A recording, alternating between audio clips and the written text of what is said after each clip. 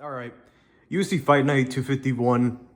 Jared Cannonier versus Gregory Rodrigues, aka RoboCop's ended like around 30 minutes ago, 25 minutes ago. Like doing a video like as soon as possible about it. Because it's usually cool to talk about an event when it just happened. And I just wanted to talk about like what happened, like post-fight reaction.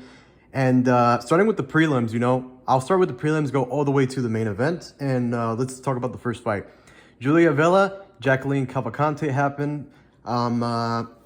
Jacqueline won the fight by decision. I don't really know that many people on the women's bantamweight division. But anyways, Dontel Mays versus Walter Walker at heavyweight. I picked Walter to win, but I didn't know he would actually get a submission. That's really impressive from Walter Walker.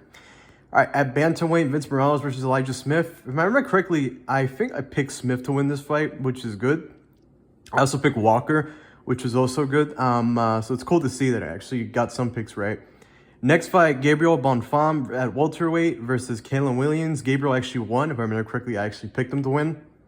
Next fight, Rafael Estevan versus Jesus Alaguar. I actually picked, or Jesus Alaguar. I actually picked Rafael to win this fight too because I thought he was interesting because he's undefeated at flyweight. 13 wins, 0 losses. That's pretty good, in my opinion. He could potentially be an up-and-comer. And this is the one fight I got wrong so far. Angela Hill versus Caitlin Souza. Angela Hill actually won by decision, despite having so many losses in her record. Next fight, at featherweight, it was Connor Matthews versus Jose Delgado. I think I actually picked Connor instead of Jose. I don't remember. But that's it for the preliminary card. It's just a bunch of no-names, really. Well, there's some names, but they're not big names. Going on to the main card, and I should probably say that I actually missed most of this entire card because I was busy all day. This is why I like cards when they're later in the evening, because I usually miss them in the afternoon or morning or whatever time. Anyways, to the main card, Rodolfo Vieira versus Andre Petroski. I actually picked Rodolfo, but he lost by decision. That's unfortunate. You know what? I think I actually picked all of these fights wrong. Hold on. Israel Bonfam versus Nazim Sandikov. I actually picked Ishmael. I picked Ishmael to win, I'm pretty sure. And he lost by knockout. Last second knockout, too. Like buzzer beater, I think. Unless it was a TKO, because I didn't watch the entire fight, unfortunately. Like I said, I missed out most of the card. I wish I wasn't busy, but I was, unfortunately. And I missed out on most of the card. Next fight was Edmund Shabazian versus Dylan Budka. And Edmund actually surprised me because he won by KO in the first round. And actually, no, if I remember correctly, I picked Edmund, actually. I didn't pick Dylan Budka because he had like 4 losses and 7 wins, if I remember correctly. And it's pretty good to see him in the win column. But it's a little bit unfortunate that Edmund never blew up like he would. Because I remember his first fight, people were thinking he could have been like this and that, and unfortunately it's just not true. But shit happens sometimes in the UFC. Next fight, Calvin Kattar versus Yusuf Zalal. I picked Kattar, and unfortunately I was wrong because Zalal actually won the fight by decision. And I didn't get to see all of it. I saw half of it, but I think it was obvious that Zalal was winning. And what can you say, Sometimes you get this shit wrong. Here's one I also got wrong. Jared Cannonier versus Gregory Rodrigues. I picked RoboCop, I picked Obama. I picked them by drone striking Jared Cannonier. I gotta chill out. But I picked them by knocking out Jared Cannonier. And I was wrong, it was the opposite. Because you look at this fight, and I was pretty confident that, Jared was 40. He's old, he's washed. I thought that maybe RoboCop was good enough to actually get a knockout. But no, I wasn't. I was wrong, and Jared Cannonier was a competitive fight, but the thing with RoboCop is he gassed out, I think in the first or second round, when I was watching that fight, first or second, and he actually, was getting hit by some shots, like, in the third round. Like, if I remember correctly, if the third round would have went, like, maybe 10 more seconds, we could have got a finish, like 5 more seconds or 10. We could have got a finish of Jared Cannonier finishing RoboCop on the ground, like, right, a TKO ground and pound.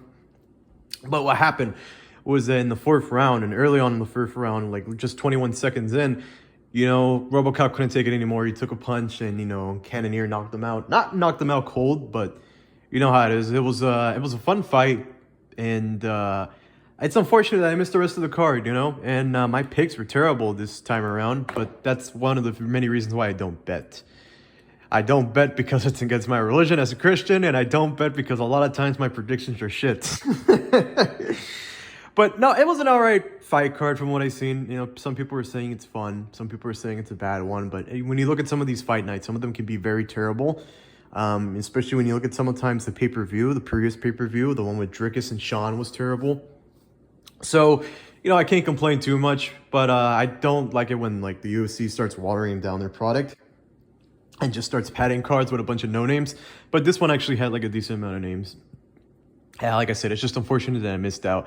But it's pretty cool that Jared Cannonier is able to make a comeback at 40 years old. And there's not that many people that are still competing in the middleweight division at like a high ranking at 40 years old. That's impressive. You know, even someone like Anderson Silva was struggling to keep up with people at age 40. And I know Jared Cannonier has less like miles on his body, but it's still pretty impressive. But that just tells you too how bad like middleweight can be skill-wise. Not that Jared isn't a bad skilled middleweight, because he's got some skill, you know? But, and he's got some power, but it just tells you that sometimes middleweight can be very bad skill-wise. Like, the only good people at middleweight right now are, like, Sean, Dricus, and even then, Sean's starting to get figured out. Like, he's had the same style for, like, 3-4 years without like, tweaking on it. Should have been, like, improving on it. Whitaker is still good, but he's been figured out. And Hamza, you know, you can make the argument there's, like, 5 good middleweights right now. Well, maybe we're coming up in that, you know, that could be changing. Like, you look at someone like Nasruddin Mamadov, who just knocked out Israel Adesanya, and then you look at, like I said, you look at, like, Israel, I guess there's maybe, like, 6 middleweights in total that are good, but besides that, the rest of the middleweight division is just shit, honestly. But it's cool to see Jared Cannonier, like, fight and win at his age. I don't know what you put him up against now, you know? Because I don't know what his ranking is right now. I think we have to wait until like next Monday or something like that. I don't know when the UFC updates their rankings. I think sometimes it takes them like 6 days to 2 days. I don't know when exactly it is, but we have to see what his ranking is, and then we have to like figure out a fight with him. And then we have to like see what you do with RoboCop. And I know there's a bunch of other fighters, what you do with them, but it's just too much math for me to do. And the way my editing level is, I'm not going to do all of that to see and figure out who fights next on this card, especially because it was a fight night. And not that it's a bad fight night, but I just don't want to do that much editing because I don't even have the proper editing. I don't have a computer in my house. I don't have a good setup where I can just like edit things and show it to you guys. Unfortunately, I'm doing everything on my phone. So it's like amateur hour editing. Anyways, that's it for this video, guys. I just want to talk about the fight night real quick, post-fight reaction, and you know, that's pretty much about it. There's not much to talk about. I know some people can probably talk about this for like 20, 30 minutes. I'm not really a skilled speaker, and I don't want to drag it on for too long because then I'll just be saying shit that's not really necessary. But good fight card from what I've seen, and I guess we'll see what happens in the next one. I'm excited for the next one because the next one is, let me see right here. 1 second, please. You know, Cejudo versus Song. You know, there's like 3 fights I'm excited for here. Gene Silva, I love watching that guy fight. Brendan Allen versus Anthony Hernandez. Hernandez right now is doing really good. I think he's doing like exciting things. And then you got Henry Cejudo versus Song Yadong. Like, these are 3 good fights, you know? And there's some decent fights on the prelim card. You got Andre Fili at featherweight. You got Ion Cutelaba. I know people hate that guy, but he's like, all right. You got Ricky Simone in the prelim card, which is surprising because I think that guy is a decent fight. Like a decent fighter.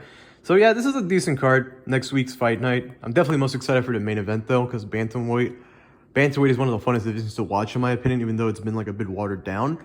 But you know how it is. Anyways, that's it for this video. If you guys like the video, then you know, maybe like, comment, subscribe. I really appreciate it as a small-time YouTube MMA channel.